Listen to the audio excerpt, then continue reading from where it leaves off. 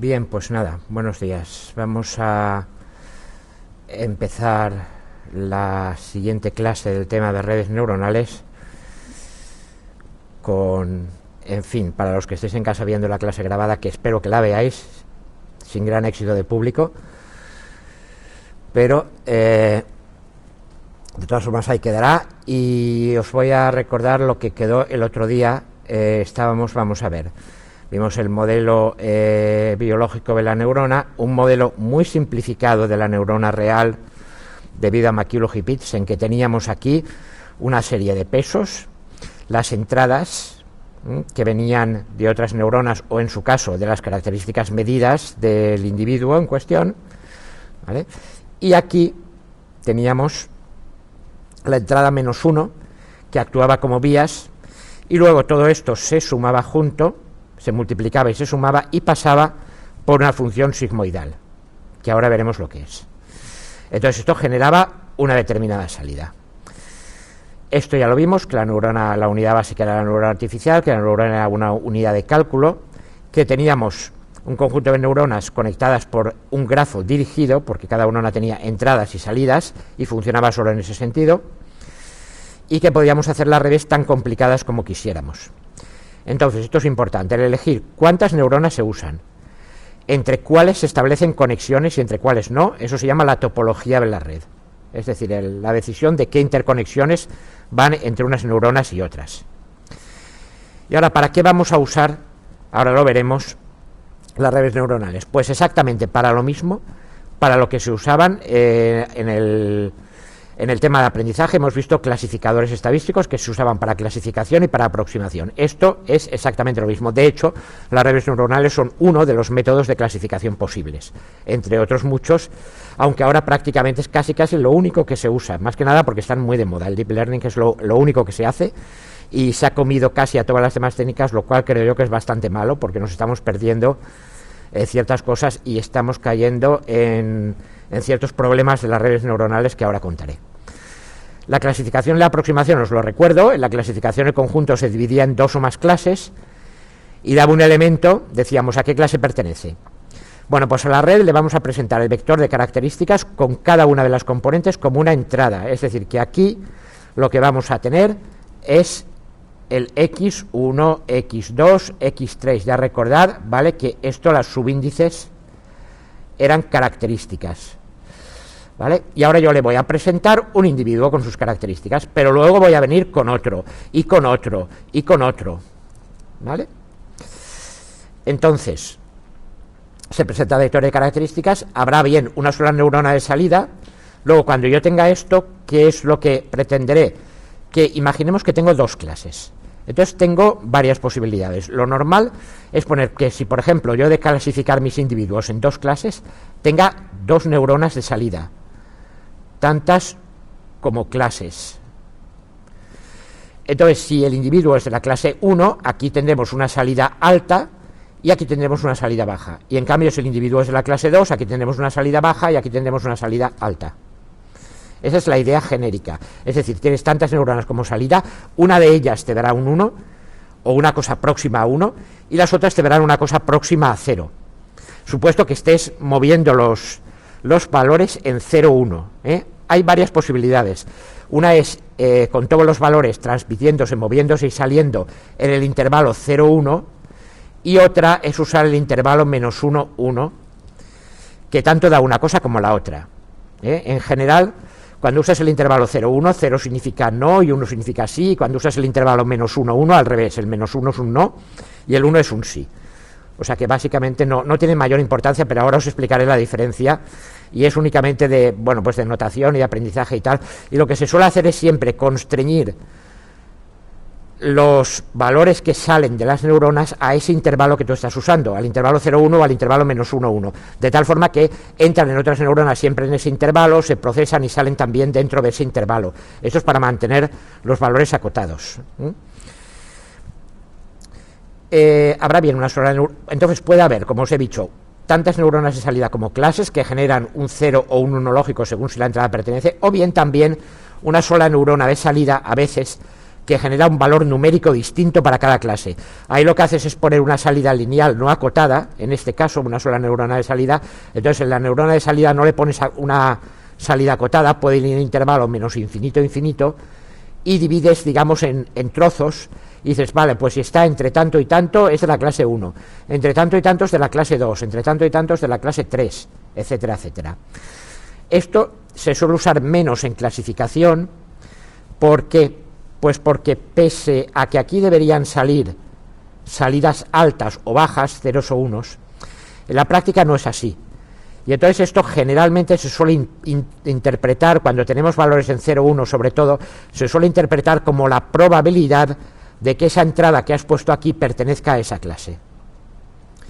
Y además suele haber al final una capa de normalización, lo que se llama un softmax, que termina sacándote valores en 0, 1 que al final suman todos 1. Y de este modo los interpretas, en general se suelen interpretar como probabilidades de pertenencia a una clase. La idea es que debería haber uno relativamente bastante alto y los otros muy bajos. Y ya digo, otra posibilidad es tener una sola de salida, y entonces depende de en qué intervalo numérico estés, pues tienes una clase u otra. En cuanto a la aproximación, en el problema de la aproximación tenemos una función que representa un sistema dinámico o un sistema con entradas y salidas, y entonces tú entras con algo, X, ¿vale? Lo pasas por la red y te sale un valor f de X.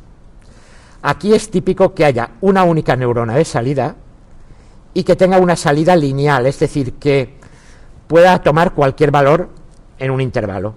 Entonces ese valor que toma es precisamente lo que se supone que vale la función f de X. Entonces te digo, en problemas de aproximación, generalmente la entrada es un vector de características y hay una única neurona de salida, y lo que genera es el valor de f de X. Esto se establece normalmente usando una u otra función sigmoidal, ¿vale? Esto es para salidas en un intervalo, o sea, si la salida tiene que estar en 0, 1 o bien en menos 1, 1 o en cualquier otro intervalo, se suelen usar funciones sigmoidales en la salida. Y si no, si puede ser cualquier cosa, se suelen usar funciones lineales. Es decir, la única neurona de salida es la única que tiene función de salida lineal. Ahora veréis por qué y qué diferencia hay y por qué se usan unas u otras. Primero, pasos. ¿Qué hay que hacer aquí para usar redes neuronales? Primero, definir qué tipo de red vamos a usar, porque hay varios. Podemos poner una red de una sola capa, una red multicapa, una red con muchas capas, una red autoorganizativa, una red de Hopfield. Hay un montón de arquitecturas, montones y montones de arquitecturas. Voy a comentaros algunas de las más básicas que hay o las que más se usan. Y entonces la arquitectura define, o sea, qué tipo de red, si es de una o de otra, y una vez hecho esto, qué arquitectura de conexión, es decir, cuántas neuronas pongo. Vale, voy a coger una arquitectura multicapa. De acuerdo, vale, pues multicapa. Entonces, una vez hecho eso, multicapa quiere decir que vienen las entradas y entran a la primera capa, y luego las salidas van a la segunda capa, y las salidas de la segunda van a la tercera, y así, y al final llegamos a las neuronas de salida. Vale, entonces, una vez elegido que vamos a hacer una arquitectura multicapa, ¿cuántas capas ponemos? ¿Cuántas neuronas ponemos en cada capa? ¿Cómo las conectamos? ¿Los de la primera capa, cada neurona a todas las de la segunda, o solamente algunas, o qué? ¿Permitimos conexiones recurrentes, es decir, que de una salida de aquí vuelvan a capa anterior, o no? Eso se llama la topología. La topología es decidir qué conecta con qué. Cuántas hay y decidir qué conecta con qué. Hecho esto, tenemos la red y decimos, vale, vamos a hacer una simulación de todo esto poniendo pues una serie de neuronas artificiales y conexiones artificiales y todo eso. Lo siguiente es entrenar la red. Entrenar significa, voy a presentar muestras de entrada y de salida, es decir, como clasificador supervisado yo tengo, recordad, un X negrita, que lo pongo aquí con una X barra, ¿vale?, cuando lo escribo, sub I, con I igual a 1 hasta el número de individuos que tengo. Entonces, ¿qué voy a hacer? Voy a presentar todos estos individuos a la red, y la red me dará una salida. Pero recordad que esto es clasificador supervisado, es decir, que yo sé a qué clase pertenece. Así que al presentar esta X, por ejemplo, si pertenece a la clase 2, yo tendría que haber obtenido 0, imaginemos que tengo 4 clases, ¿no? Imaginemos que este pertenece a la clase 2. ¿Yo qué debería haber obtenido? 0, 1, 0, 0 para cada una de las 4 neuronas de salida. En cambio, si perteneciera a la clase 3, yo debería haber obtenido 0, 0, 1, 0. ¿Vale? Y así. Entonces, ¿qué voy a hacer? Presentar cada patrón y comparar lo que ha ocurrido con lo que de verdad debería haber ocurrido. Entonces, una vez sepa eso, iré y modificaré los pesos de la red. No la arquitectura ni la topología. El número de neuronas que he decidido poner, he decidido ponerlas. Y como he decidido conectarlas, lo he decidido desde el principio. Eso no lo toco. Lo que voy a tocar son los pesos. Es decir, de acuerdo a lo que me salga aquí, intentaré tocar los pesos. ¿Qué quiere decir tocar? ¿Cómo haces eso? Ahora hablo de algoritmos. Precisamente ahí entran los algoritmos de qué tengo que hacer. ¿Vale? Pero la idea es básicamente, de acuerdo a lo que me salga aquí, toco los pesos. Y eso significa entrenar la red. Presento muestras de entrada y de salida y ejecuto algoritmos que cambien los pesos de cada neurona, que también se llaman parámetros de la red. De hecho, los parámetros libres son todos los pesos de todas las neuronas que me están interviniendo por ahí. ¿Vale? Cuando he terminado, cojo los parámetros V/I que tenía y los congelo. Es decir, digo que ya no van a cambiar más. Esa es mi red entrenada. Y ahora cojo la red entrenada y ahora me viene un X nuevo que no sé a qué clase pertenece. Lo pongo y veo que sale. Y lo uso directamente para hacer cosas. ¿Vale? O sea que yo tengo que tener un conjunto de entrenamiento suficientemente grande, cuanto más grande mejor, y meterlo en la red y probar.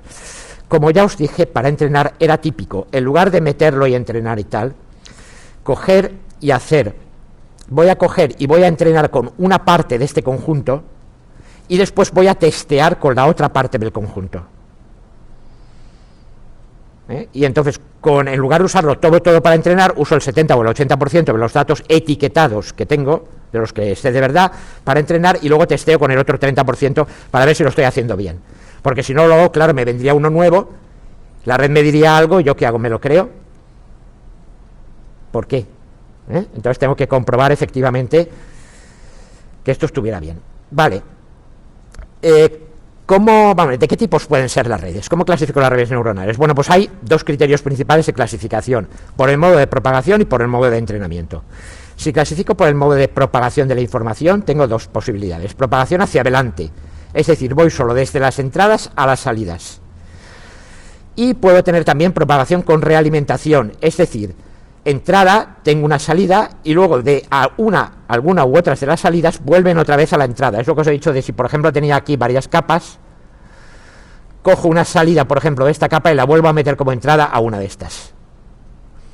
¿Vale? Eso es con realimentación. Siempre que vuelva hacia atrás en algún momento, usar las salidas de alguna parte de la red como entradas de otra parte de la red, entonces se dice que tengo realimentación. ¿Vale? El caso extremo de realimentación, en que realimenta todo con todo, es la red de Hopfield, que es una de las arquitecturas que vamos a ver. Y el caso también extremo del otro lado, que no realimenta nada, es el perceptrón multicapa, que va en un solo sentido. Luego, también puedo clasificar por el modo de entrenamiento. En las redes supervisadas se entrena con pares entrada y salida que se saben correctos y se valida sobre el conjunto de test. Es decir, de este conjunto de entrenamiento yo he separado un conjunto de test del 20 o el 30% para luego probar a ver lo que me ha salido. Hay un caso extremo que es cuando tengo poca muestra. Entonces, una técnica que se llama el bootstrap consiste en, tienes el conjunto entero de datos, ¿vale? Pues coges y entrenas con el 70% y validas con el 30%. Pero luego vuelves a coger un 30% pero distinto. O sea, coges un 30% al azar y lo usas como conjunto de test, entrenas. Luego coges un 30% también al azar, que puede contener alguno de los de antes o no. O sea, son simplemente muestras, pero tomadas al azar. Y vas entrenando y validando varias veces.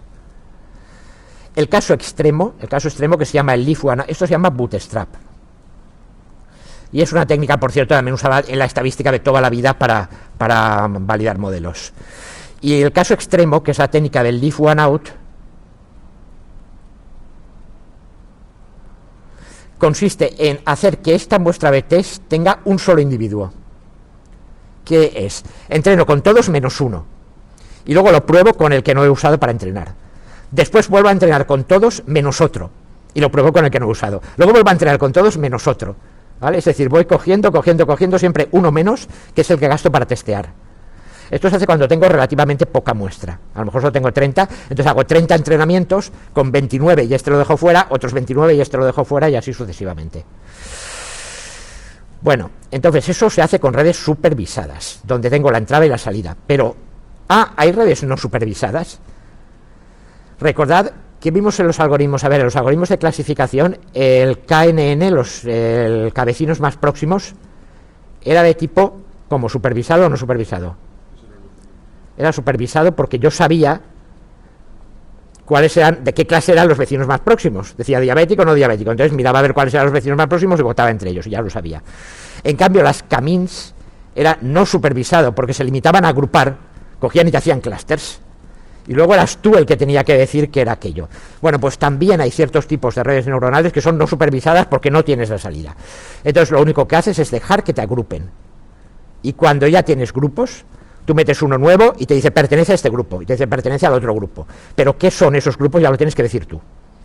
Las redes autoorganizativas son el ejemplo más típico de esto y las vamos a ver también, ¿vale? Entonces, repito, propagación hacia adelante y propagación con realimentación, y luego, por el modo de entrenamiento, supervisadas y no supervisadas.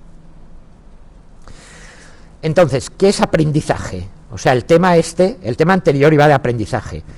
En realidad, las redes neuronales son un algoritmo de aprendizaje concreto, una realización, y bueno, hay muchos algoritmos de aprendizaje posibles, pero ¿qué significa aprendizaje aquí? En redes neuronales, cada neurona tenía, hemos visto, un conjunto de pesos que permitía integrar la señal, o sea, esta a su vez. ¿Vale? En una red, al final, ¿qué es conocido y qué es no conocido? Las X son conocidas, son mis datos de entrada, y la salida también es conocida, al menos para el conjunto de entrenamiento. Lo que es desconocido en realidad son todos estos pesos, así que yo tengo que buscar un algoritmo que me dé valores correctos para estos pesos, o lo más razonables posibles. Eso se llama simplemente aprendizaje aquí. O sea, el aprendizaje aquí consiste en encuentra todos los valores de todos los pesos que hacen que esta red funcione bien. Entrenar la red consiste en modificar esos valores hasta conseguir el comportamiento deseado. Entrenamiento supervisado. Pues hay una función de error que determina la calidad de la salida, y esta basada en la diferencia entre la salida dada por la red y la salida real, que la sabemos porque estamos en modo supervisado. Y los pesos se irán modificando para que esta función sea un mínimo. Esto también lo vimos, no en este tema, pero sí en el anterior, y recordad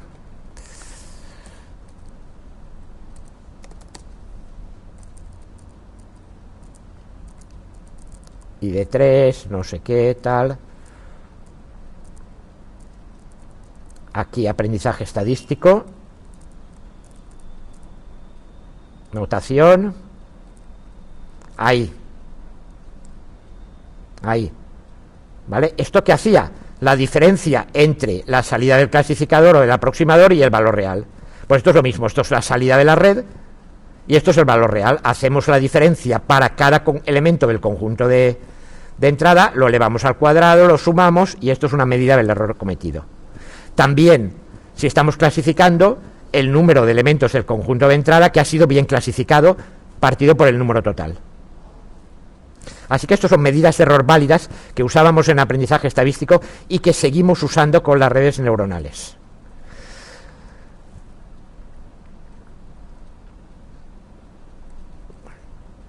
Entonces, esa es la función de error, y los pesos se irán modificando para que esa función de error sea lo más pequeña que sea posible. Luego, en el entrenamiento no supervisado, ¿qué ocurre? Que no tenemos la salida, con lo cual no podemos restar la de salida obtenida y salida deseada, pero la salida deseada yo no la tengo. ¿Qué hago? Entonces lo que se hace es modificar los pesos hasta minimizar la información de entrada. La aplicación es el reconocimiento de patrones. Es un poco, no lo hacen igual que el método del ID3, pero el ID3 también tendía a eso, si recordáis, minimizar la entropía de la muestra, que era minimizar la información de entrada. O sea que aquí hay también métodos parecidos que pueden hacer que decidas cuándo la red no aprende más. O sea, Básicamente no aprende más cuando, presentándole nuevos patrones, los pesos ya no se mueven. Daba una entrada, ¿cuál es el patrón más? Entonces aquí, para el reconocimiento, lo que haces es, dado una entrada, ¿cuál es el grupo más cercano? ¿Cuál es al que más se parece? Y ya está, y eso es lo que dices. Un patrón sería como una clase que es determinada en función de la similitud con otros individuos, y es el mismo caso que el método del Camins. Vale. Inciso. Hemos estado hablando hace un momento de que al final de la neurona, la salida, que era v multiplicada por x, se sumaba todo y tal, y pasaba por una función sigmoidal. ¿Qué es eso de una función sigmoidal? Bien, una función sigmoidal es una función h de los números reales en sí mismos, como las lineales, como las parabólicas, como las que sean, ¿vale? Una función de r en r, ¿vale? Pero que tiene que cumplir ciertas características. Primero, la función tiene que estar acotada, o sea, debe haber dos constantes, una menor que la otra, de tal forma que el valor de la función siempre está comprendida entre la una y la otra. ¿Esto qué quiere decir?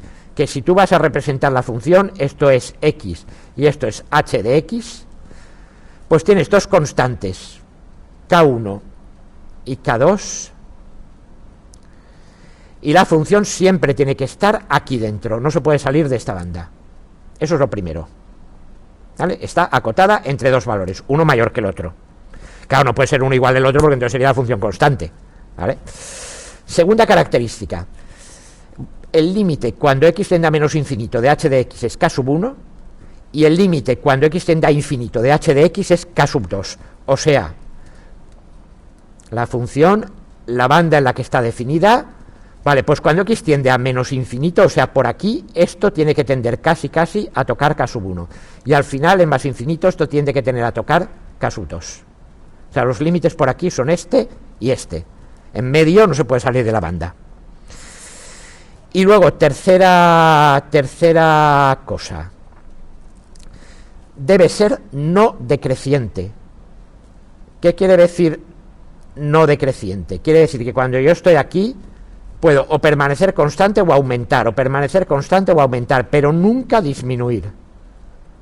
O sea que esto sería un ejemplo válido de función sigmoidal. Bueno, aquí no, porque aquí he bajado un poquito, no vale, no, tiene que o permanecer constante o subir. ¿Vale? La función nunca es decreciente, es siempre o monótona o va aumentando. En algún momento tiene que ir aumentando, seguro. ¿Por qué? Porque si cada uno y cada dos son Que son distintos, claro, y el límite, cuando x tiende a más infinito, es k2, pues no podría llegar nunca a k2 si no aumentase, ¿vale? O sea que en algún momento tiene que aumentar. Entonces, repito, que esté comprendida en un cierto intervalo, que sea creciente, perdón, no decreciente, o sea, constante o creciente, nunca decreciente, y luego que los límites sean estos, en menos infinito k1 y en más infinito k2. Una función que cumple esas características se llama función sigmoidal, ¿vale? O sea, bueno, que sea no decreciente es que para x1 menor que x2 se cumple que la función en x1 tiene que ser menor o igual que la función en x2, nunca mayor. La función más simple que cumple, por cierto, no tiene por qué ser ni continua, ni derivable, ni nada parecido. La función más simple que cumple esto es la función escalón. La función escalón se puede definir, por ejemplo, oye, ¿cuáles son k sub 1 y k sub 2? Lo normal es definir k sub 1 y k sub 2 como 0, 1 o bien menos 1, 1. Eso es lo típico. Oye, si mis datos de entrada no están en ese rango y tal, no te preocupes, lo normal es normalizarlos a ese rango de entrada. Eso es lo típico, y no pasa nada por normalizarlos, ¿eh? O sea, es lo que se hace siempre, y no hay ningún. Y luego la salida también te va a estar en ese intervalo. Entonces se trabaja con redes que funcionan, con todos los valores y los pesos y todas las cosas, en 0, 1, o bien en menos 1, 1. Da igual. O da básicamente igual, ¿eh? No es una cosa más de cálculo que otra. O sea, el poder representacional de la red neuronal no depende del intervalo que uses siempre que está acotado. Entonces, si va a ser igual, pues vamos a acotar en un intervalo conocido y ya está. Entonces, ¿qué funciones? Por ejemplo, la función escalón, si usamos el intervalo 0, 1, ¿vale? La función escalón o función de Heaviside es esta. ¿Vale? Esto vale. H de x es igual a 0 si x menor o igual que 0 y 1 si x mayor que 0. Bueno, creo que, a ver, un momentito. Sí, el 1 es el 1, vale, en 0 la pongo a 1. Esto si x es menor que 0, y esto es si 1 si x es mayor o igual que 0. O sea, aquí en el punto 1, el punto 0 tendría un valor 1, y a partir de aquí, y aquí se aproxima indefinidamente al punto 0 con valor 0. ¿Vale? Como veis, es discontinua en x igual a 0. Bien, y por tanto tampoco es derivable, por supuesto, pero no pasa nada. Eso se llama la función escalón, y luego la función, cuando usamos el intervalo menos 1, 1, entonces se usa esta función escalón, que es h de x igual a menos 1 si x es menor que 0 y 1 si x es mayor o igual que 0. ¿Vale? O sea que depende de cómo decidamos, usamos o esta función como función escalón. Y esto es una función sigmoidal, ¿vale? Efectivamente, en menos infinito tiende a 0, en infinito tiende a 1, porque es 1, y no es decreciente nunca.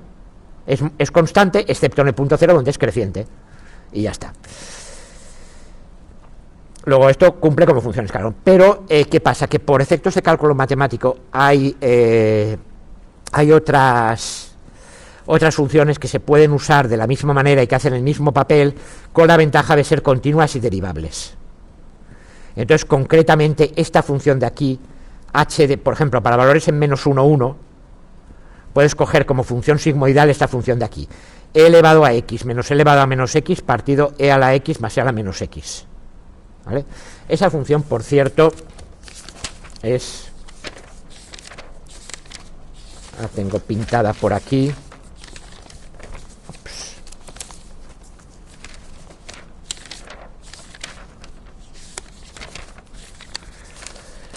Además se cogen estas porque tienen sus particulares ventajas. Concretamente, f de x igual a e a la x más e a la menos x partido e a la x menos e... Ah, no, al revés, con el menos arriba. E a la x menos e a la menos x partido e a la x menos e a la menos x, ¿vale? Esto, si lo representáis, resulta ser de esta forma. Es simétrica respecto al origen, ¿vale? Aquí tiende a menos 1, bueno, esto es, aquí tiende a menos 1, aquí tiende a 1, ¿vale? Y en 0 vale 0, fijaros que en 0 vale 0 porque a la 0 es 1, menos a la menos 0, que también es 1, 1 menos 1, 0, partido por 1 más 1, que es 2, entonces aquí es 0 partido por 2, que es 0. Si tendéis x a infinito, esto da infinito y esto da 0, y aquí también da infinito y esto da 0, pero es más infinito partido por más infinito, que tiende a 1. Y en cambio en menos infinito son estos términos los que se quedan, y es menos infinito partido más infinito, que tiende a menos 1. Entonces esta función va muy bien porque, repito, es suave, es continua y es derivable, lo cual es útil luego, y de hecho si tenéis la curiosidad de hacer la derivada, hacedla como ejercicio, y lo que os saldrá es 4 partido e a la x más e a la menos x elevado al cuadrado.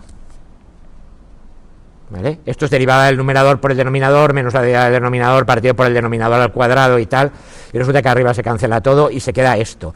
Esto que sale, por cierto, fijaros, primero, f de 0 es igual a 0, e a la 0 menos e a la 0, 1 menos 1, 0, partido por e a la 0 más e a la 0, esto será 0 menos 0, 1 menos 1, y a la 0 es 1, partido 1 más 1, que es 0 partido por 2, que es 0.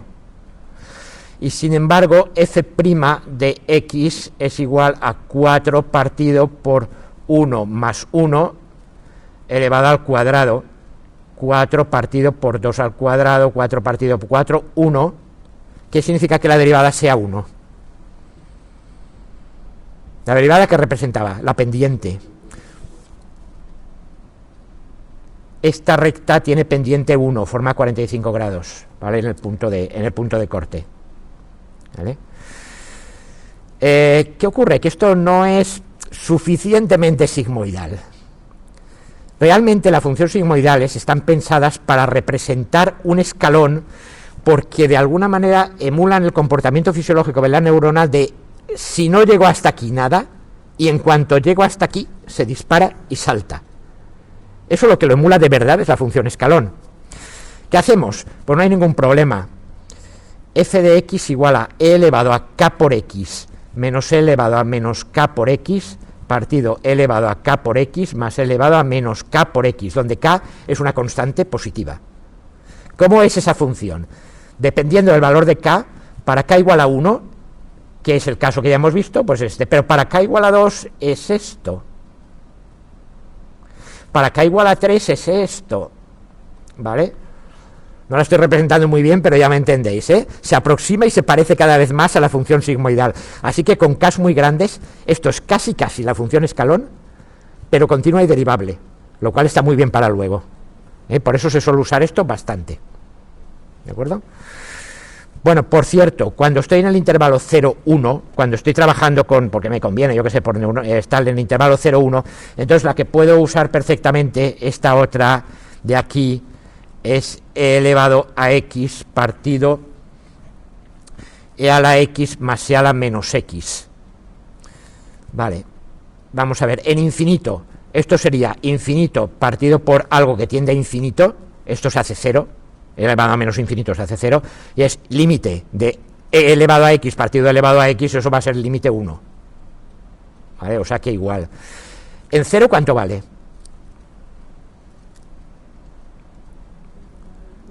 E elevado a 0 es 1, y aquí 1 más 1 igual a 1 medio. Y en menos infinito, e elevado a menos infinito, tiende a 0. Partido por esto que tiende también a 0, más algo que tiende a infinito, o sea, en el límite sería 0 partido 0 más infinito, que esto tiende a 0. Luego tenemos una función, es muy parecida a aquella, pero se mantiene siempre en 0,1. ¿Vale? O sea que te sirve para el intervalo 0,1. Repito, lo mismo de antes, si no te parece suficientemente sigmoidal, pues lo arreglas con esto. Y tienes funciones de esta clase. ¿Vale? Todo lo abruptas que quieras en torno al origen. Vale. Bueno, pues esto sirve como, y luego la derivada de esto, por cierto, la f' de x resulta ser igual, si lo hacéis, a 2 partido e a la x más e a la menos x elevado al cuadrado.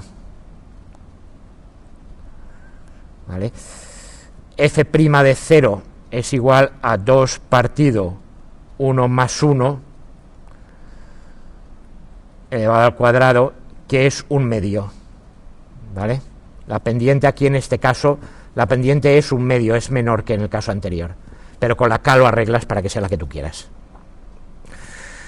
Bueno, pues estas funciones se suelen usar como funciones sigmoidales. ¿Vale? Por cierto, ¿por qué funciones sigmoidales? Por semejanza con la neurona real. Pero en los años 80 alguien dio la prueba de por qué matemáticamente convenía, se debía usar estas funciones en particular. Ahora lo comentaré. Bueno, ¿cómo usamos una neurona simple? Vamos a empezar por la red neuronal más sencillita que existe, una neurona. ¿Qué se puede hacer con una sola neurona? ¿Puede hacer algo? Pues sí, puede hacer cosas y ahora las veremos. De hecho, más de las que parecen. Una neurona la llamamos de tipo McCulloch-Pitts.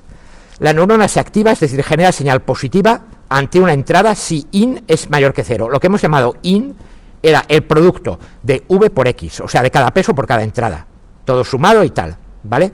Esto es igual, si queréis, al sumatorio desde j igual a 1, porque recordad que la x0 era igual a menos 1. Así que si separamos el sumatorio dejando el 0 anulado y el tal, aquí, ¿esto qué es? Esto es el menos 1 que entra aquí. Así que aquí tienes sumatorio desde j igual a 1 en lugar de 0 hasta n de tal, menos el término 0. ¿Vale? Menos el v sub 0. Vale. Entonces, si esto es mayor que 0, la neurona va a sacar entrada positiva. Si es menor que 0, va a sacar entrada negativa, o 1,0, como queráis llamarlo. Pero, ¿qué es esto? ¿Qué es esto? ¿Qué es esto? A ver, imaginemos que solo tuviera una entrada. Tendría v por x, v1 por x menos v0. La salida sería esto.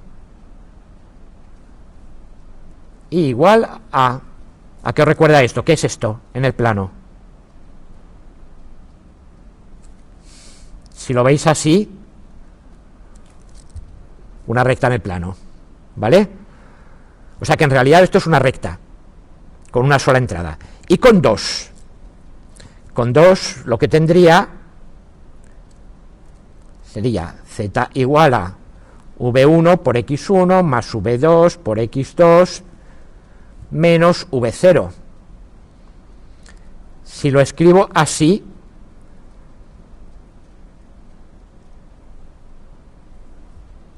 ahora sí que os suena la ecuación de un plano en el espacio, ¿vale? Con la correspondencia correspondiente de los coeficientes. La c sería menos v0, etcétera. Y en 4 dimensiones, entonces en 4 dimensiones es lo que se llama un hiperplano. En general, cuando estás en 2 dimensiones, es esto. Perdón, en una dimensión. Cuando estás en 3 dimensiones, es esto. Un plano orientado de cualquier manera. Y cuando estás en más dimensiones, es lo que se llama un hiperplano, que no me lo puedo imaginar o no me lo sé imaginar, pero, bueno, Poincaré decía que sí. Un matemático de principios del siglo, Henri Poincaré decía que él se podía imaginar 4 dimensiones. Digo, pues, vale. Entonces, no me lo puedo imaginar, pero sé que está ahí, que es una variedad lineal que separa las dos cosas. Bien, pues entonces una única neurona lo que te hace es, y ojo, cuando tienes una recta, a ver, tú tienes una recta en el plano, ¿vale? Y igual a x más b. Imaginemos que yo cojo un valor de x aquí y lo pongo en la ecuación. ¿Qué me va a dar este valor de y? ¿Vale? Entonces yo tengo aquí un punto x, y que pertenece a la recta, a la línea L. Pero imaginemos que cojo otro punto que está, por ejemplo, aquí. Un punto XA y A que no pertenece a la línea L. Si lo meto en esta ecuación, ¿qué me va a dar? Me va a dar un valor de y más pequeño, ¿vale? Y entonces esto de aquí será, si el valor de y es más pequeño, al restarlo, ¿esto cómo me dará? ¿Vale? Si yo cojo este punto y lo meto aquí, me va a dar un valor más pequeño que el valor de y. Por tanto, si lo resto al valor de y, perdón, al revés. Si ahí le resto eso, esto me va a dar positivo. Sin embargo, imaginemos que cojo este punto de aquí. Al ponerlo, me va a dar un valor que será mayor que el valor de y. Por tanto, esto de aquí, esto sería con x sub a, ¿vale? Y sub a, pero si cojo otro aquí, xb y b, esto me va a dar negativo. En resumen, que los puntos que se quedan a un lado de la recta, al ponerlos en la recta, al poner su valor de x en la recta, me da un signo. Y los que se quedan al otro lado de la recta me da otro signo distinto. Y en el plano pasa exactamente igual. O sea, yo cojo un plano en el espacio, los puntos que se quedan a un lado del plano, al ponerlos en la ecuación del plano da negativo. Y los que se quedan al otro lado del plano, al ponerlos da positivo. ¿Cuál es el lado positivo o negativo? Eso depende de los signos, ¿vale? Pero el caso es que tienen distintos signos a un lado y al otro. Y ojo, que hemos dicho que hacía la neurona. Cuando la salida tenía signo negativo, más 1. Cuando tenía signo positivo, menos 1, o al revés, con la función sigmoidal. Por tanto, una única neurona me va a sacar un cierto signo a un lado del plano de separación y un cierto signo al otro. O lo que es lo mismo, si yo tengo una recta cualquiera, con una neurona voy a poder decidir lo que está a un lado de la recta y lo que está al otro lado de la recta. Al poner las coordenadas de un punto en la ecuación, en esa neurona, me va a salir o más 1 o menos 1, o bien 0 o 1, lo que quiera, indicando estás a un lado o estás al otro. Vale. ¿Lo conectáis ahora con el reconocimiento de patrones? Yo tenía puntos en el espacio, recordadlo.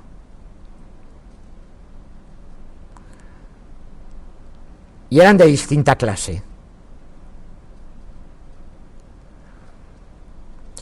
Si con una neurona yo consigo codificar esta recta, ¿qué me va a ocurrir? Que al poner las coordenadas,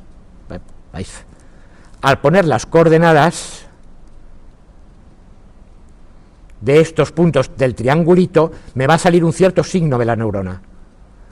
Y en cambio, al poner las coordenadas de todo lo demás, me va a salir otro signo distinto. Luego he separado esto de todo lo demás porque esta clase es lo que se llama linealmente separable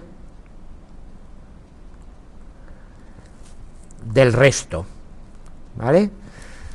Se dice que una clase es linealmente separable de las otras si existe alguna variedad lineal, recta, plano, depende de la dimensión del espacio que estemos, ¿vale? Recta, plano, hiperplano, lo que sea, que las separa de las otras. Oye, que es que aquí tengo más clases, ¿vale? Una vez has hecho esto y a los datos que te quedan, entrénale otra neurona. Y así los divides, y así sucesivamente.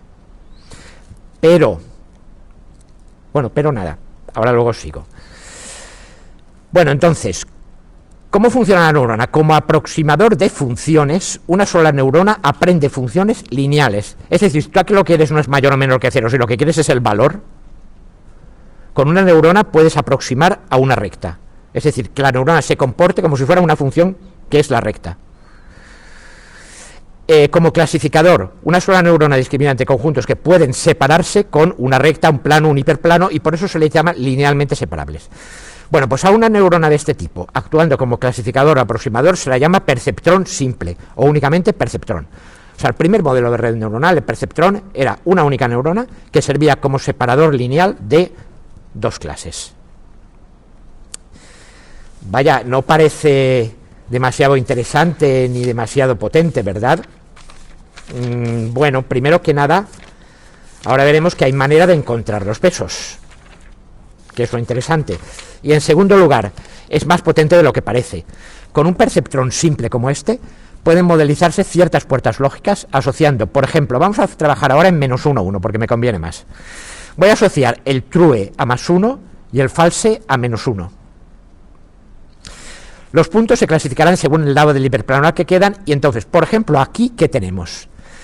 Con esto voy a tener una puerta NOT. ¿Por qué? Vamos a hacerlo. En la puerta NOT yo tendría esta entrada va a ser el -1, la entrada fija, la X0, V0 y V1. Esta va a ser la X1. La X1 va a valer o +1 o -1 para indicar true o false. Entonces voy a coger estos dos pesos que son concretamente el -1 medio y -1. X sub 0 puede ser 1, true, o puede ser -1, false. ¿Qué me saldría de aquí? Lo que me saldría es -1 por -1 medio más 1 por -1, ¿vale?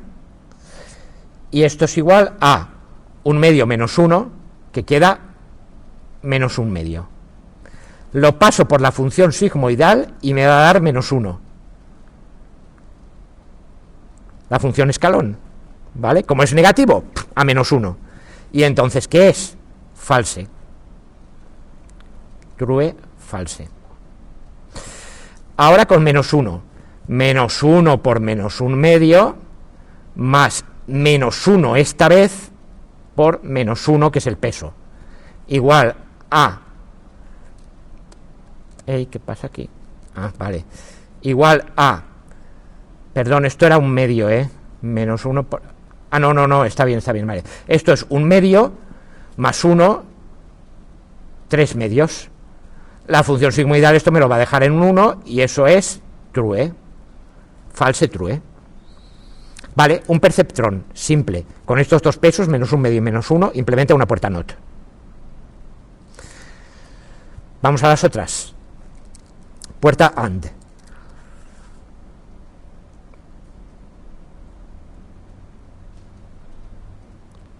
Aquí, ¿qué hay? Ojo, aquí hay 3 entradas. ¿Por qué? Porque una puerta NOT, ¿cuántas entradas tiene? Una, más el bias. Una puerta AND, ¿cuánto tiene? 2 entradas, más el bias, 3, ¿vale? Entonces esto es X0 igual a -1 siempre, Esto es x1, que será un menos 1 menos 1, y x2, que será 1 o menos 1. Vale, pesos que les vamos a dar. Aquí me conviene darles los pesos, un medio y un medio, concretamente. Un medio y un medio. x0 y x1. True, true, esto sería 1, 1. True, false, 1 menos 1. False, true, menos 1, 1. Y false, false, menos 1, menos 1.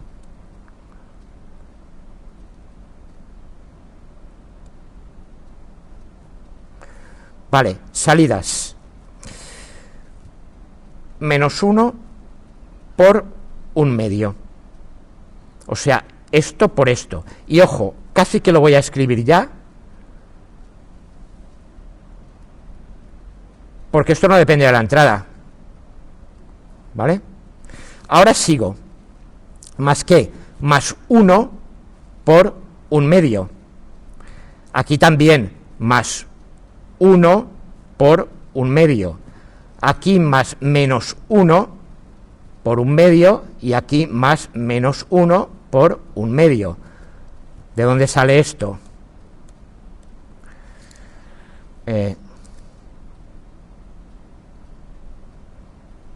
Vale, ahí. Y me queda el tercero. El tercer término,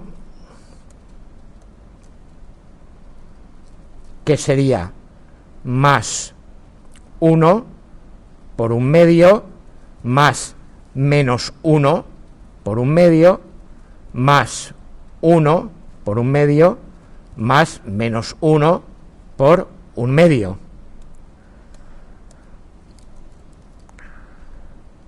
¿Vale? Ahí. Bueno, pues nada, lo hago y podéis ver que esto da un medio menos un medio menos un medio. Esto da un medio menos un medio menos un medio, y aquí menos 3 medios. ¿Esto a qué va a parar con la función sigmoidal? A 1, esto va a parar el menos un medio a menos 1, esto a menos 1, y el menos 3 medios también a menos 1. Por tanto, true, false, false, false. Vale, true en true, true, true en false, false, false en true, false, y false en false, false. Puerta AND. ¿Vale? Bien, no voy a hacer completa. Esto es el AND, ¿eh? No voy a hacer completo el OR. Os lo dejo ya para que lo comprobéis vosotros. x1, x2, x0 igual a menos 1. Y los pesos aquí serían v0 igual a menos un medio. Y aquí v1 igual a un medio y v2 igual a un medio también, ¿eh? Como lo tenéis en los apuntes. Vale, pues con esto se comprueba que esto implementa efectivamente una puerta OR. O sea que con un perceptrón simple, y tomando las entradas en un rango continuo, pero mediante la función sigmoidal, se puede aproximar una puerta lógica NOR, una puerta AND y una puerta OR. La puerta SOR. La puerta SOR os podría dejar como ejercicio, pero os volveríais locos y no llegaríais a ninguna parte, porque no hay posibilidad de implementar una puerta SOR con un perceptrón simple. Razón. Vamos a representar en el AND. Vamos a ver, puntos de entrada. Puntos de entrada son el 1, 1, 1 menos 1, menos 1, 1 y menos 1, menos 1. El 1, 1 es este. El menos 1, 1 es este. El 1 menos 1 es este y el menos 1 menos 1 es este, ¿vale? A ver, ¿de qué clase son cada uno? Esto de aquí, ¿qué sería? ¿True o false? Eso sería true, ¿no? Vamos a ponerlo en verdecito. True. Este de aquí, ese false. Este de aquí y este de aquí, false también. Esto es una puerta AND, ¿eh? Entonces aquí queda lo que es true y aquí queda lo que es false. ¿Es posible encontrar una línea que separe true de false? Sin problemas. Oye, ¿por qué esa? ¿Por qué no esta? ¿Por qué no esta? Cualquiera de ellas te valdría, pero existen. Bien, perfecto. Entonces el perceptrón las puede encontrar con los... De hecho, ¿cómo he puesto los coeficientes? Me he trazado esta línea y he visto esto es V0, esto es V1. Un medio y un medio. Vale, es bien fácil de encontrar así a mano. Puerta OR. De la puerta OR, ¿qué ocurre?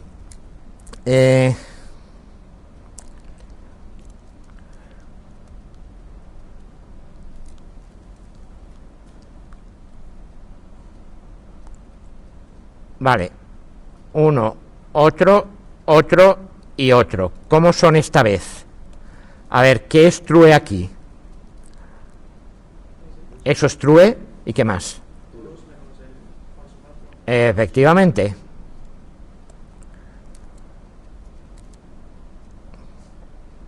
¿Hay línea? Sí. Y por cierto, es la misma que la anterior, pero con el término de intercepción menos un medio. El término 0, que era lo de esperar. Pero ahora viene la historia esta.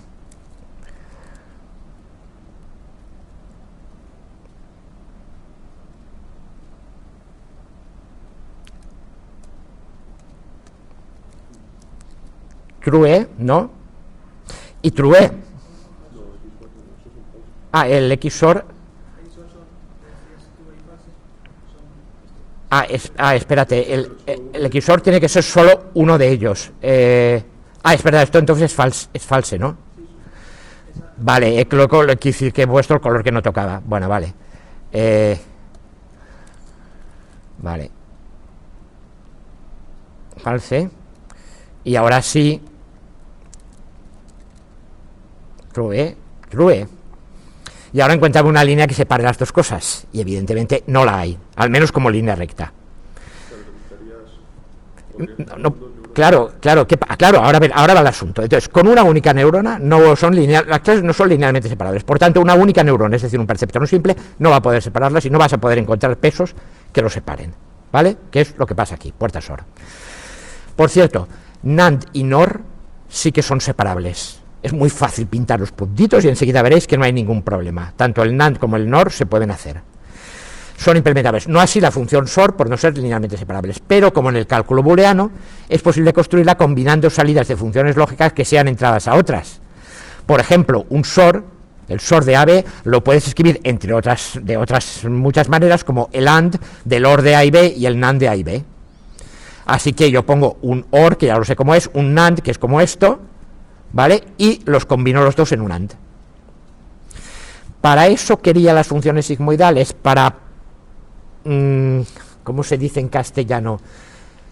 Acotar, clipping, estoy pensando en inglés, ¿vale? Clipping, ¿vale? Pues para acotar en un intervalo determinado, de tal forma que las salidas te sigan quedando en el mismo intervalo que están las entradas y así las puedas poner como entradas a otras neuronas. La función sigmoidal se ve, entre otras cosas, para eso. Entonces, con esto puedes construir redes que te implementan efectivamente la función SOR y cualquier otra función lógica. Y de hecho, que acabamos de encontrar que una combinación de perceptrones simples implementa cualquier función lógica, lo que quiere decir que con ella se puede construir un ordenador Turing completo. Es un modelo de computación completo, absolutamente, pero a lo que pudiera parecer a lo sencillito que era. Con múltiples perceptrones combinados puedes construir un dispositivo cuyo modelo de computación sea Turing completo. Bueno, te falta el delay, el retraso, para hacerlo funcionar en síncrono. Aunque también hay modelos de computación asíncronos, ojo. ¿Habéis visto combinacionales asíncronos en primero? ¿O no? Sí, no. Bueno, habéis visto combinacionales normales, por supuesto, y funciones tal, y simplificaciones, y tablas de Carnot, y todas esas cosas, eso sí, ¿vale? Pues, y luego habéis visto circuitos secuenciales, ¿vale? Entonces esto con un delay se puede combinar para construir un circuito secuencial, es lo único que te falta. Y con eso ya puedes hacerte un ordenador con neuronitas de este estilo.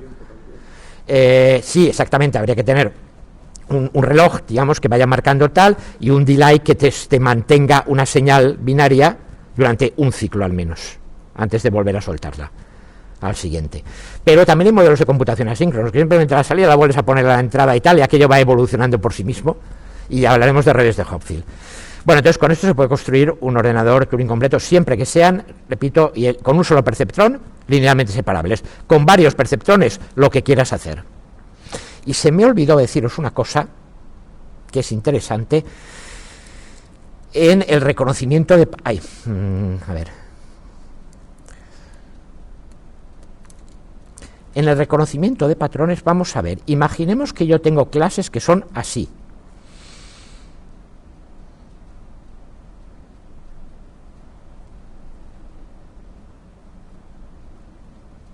Todo esto es de la misma clase, ¿eh? Las crucecitas son todas de la misma clase.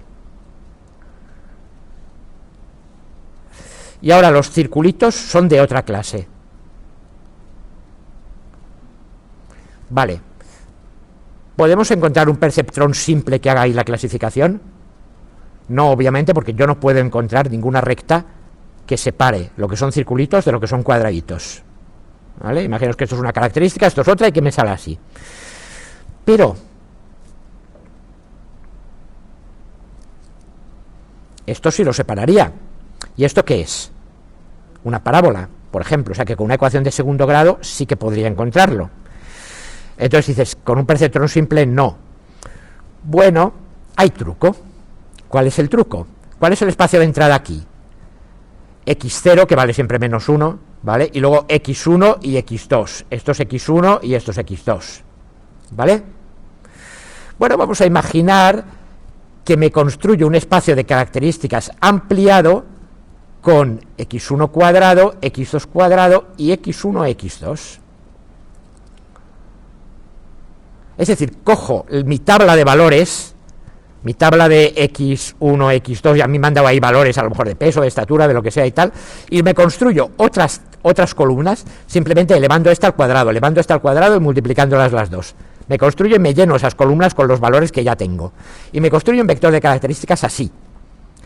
En este espacio ampliado de 6 dimensiones, esta parábola se transforma en un hiperplano. Y, oh maravilla, entonces sí que son separables. O sea que se usa mucho también esto, coger las características de entrada y ampliarlas para obtener un espacio en el que sí puedes encontrar un separador lineal. Esto también se hacía en estadística desde los tiempos de Fisher, ¿vale? Eso se llama el modelo lineal general, es decir, donde la salida es lineal, pero no en las entradas, sino en funciones de las entradas. O sea, son coeficientes, al final es V0 por X0 más V1 por X1 más V2 por X2 más V3 por X1 cuadrado más V... Y eso sí que es una parábola. Pero claro, recordad que lo que desconocemos son las Vs, no las X. Así que con las X puedo hacer lo que quiera. Y entonces mi problema no lineal se me transforma en lineal en un espacio de dimensión ampliada. Y un perceptrón me lo resuelve. ¿Vale? O sea que, repito, son más potentes de lo que parece en principio.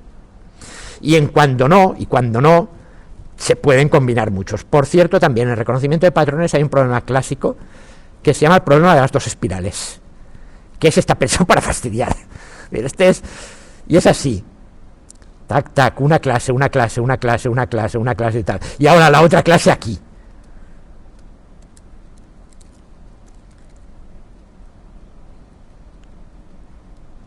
Y solo lo puedes separar por dos espirales metidas una dentro de otra. Es uno de los problemas de reconocimiento de patrones más difíciles que hay siempre para testear algoritmos de esta clase.